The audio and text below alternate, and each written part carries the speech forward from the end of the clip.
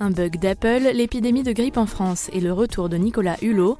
Nous sommes le jeudi 31 janvier. Bonjour à tous, voici votre concentré d'actualité scientifique sélectionné par MaxiScience.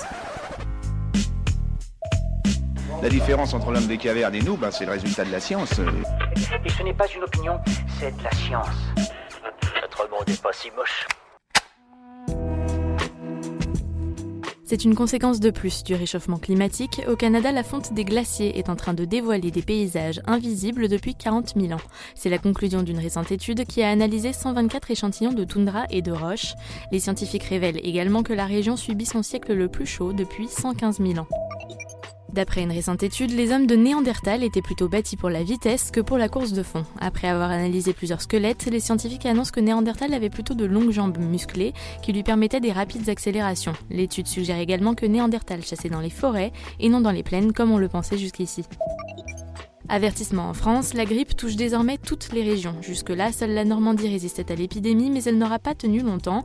La santé publique fait également état d'un excès de mortalité chez les 15-64 ans et 85 ans ou plus. Les premières estimations du nombre de décès imputables à la grippe ne seront cependant disponibles que dans les prochaines semaines.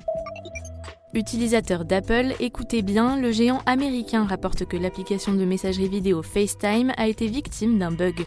Cette faille de sécurité permet à n'importe qui d'écouter un correspondant, même si la personne n'a pas pris l'appel. Dans un communiqué, Apple affirme avoir identifié une correction qui sera introduite dans une mise à jour du logiciel dans la semaine. Super, j'adore. Alors écoute-moi bien, je vais essayer d'être clair avec toi. Ouais, génial. En Thaïlande, les habitants de Bangkok suffoquent à cause de la pollution atmosphérique. Les autorités ont dû fermer les 400 écoles de la capitale par mesure de précaution. Pour tenter de faire descendre les niveaux de particules fines à un taux plus acceptable, le gouvernement a employé des canons à eau, mais la mesure s'est montrée inefficace. D'autres solutions devront être trouvées rapidement pour protéger la population. Retour à la case départ pour Nicolas Hulot. En novembre dernier, il claquait la porte du ministère de la Transition écologique à la suite de plusieurs désaccords avec le gouvernement. Aujourd'hui, Nicolas Hulot va reprendre sa place à la tête de la Fondation pour la Nature et l'Homme. L'ONG va donc pouvoir retrouver son nom d'origine, la Fondation Nicolas Hulot.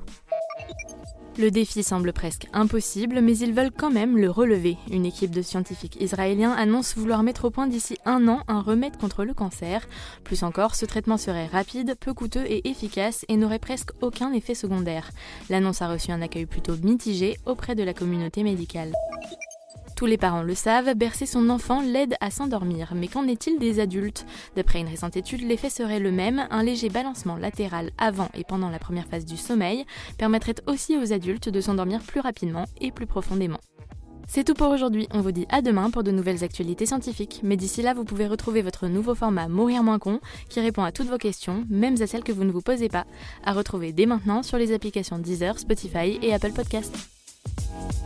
Voilà. Il ne reste plus qu'à vous remercier de votre attention. Au revoir.